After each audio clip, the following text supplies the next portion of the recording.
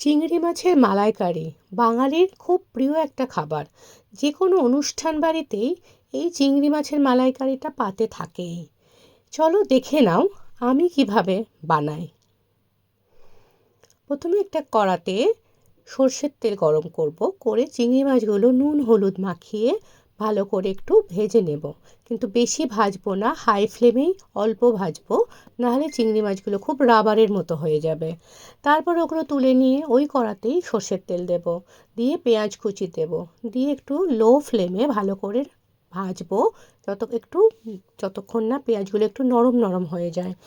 ভাজা হয়ে যাওয়ার পরে 1 চামচ আদা রসুন বাটা দিয়ে একটু নেড়ে চেড়ে ওর মধ্যে লঙ্কা গুঁড়ো, হলুদ গুঁড়ো, ধনে গুঁড়ো, জিরে গুঁড়ো ও নুন আন্দাজ মতো দেব।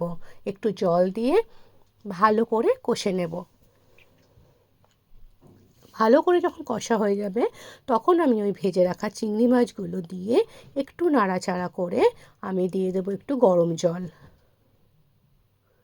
গরম জল দিয়ে ওটা ঢাকনা দিয়ে হতে দেব। ততক্ষণ আমি একটা মিক্সারের জারে একটু পোস্ত আর কাজু নিয়ে আমি পেস্ট করে নেব একটা। যখন এটা ফুটে যাবে তখন আমি ওই পেস্টটা দিয়ে দেব। আর এখানে আমি নারকেলের দুধ, বাড়িতেও বানানো যায় বাট আমি বাড়িতে বানাই না, আমি এটা নিয়ে আসি।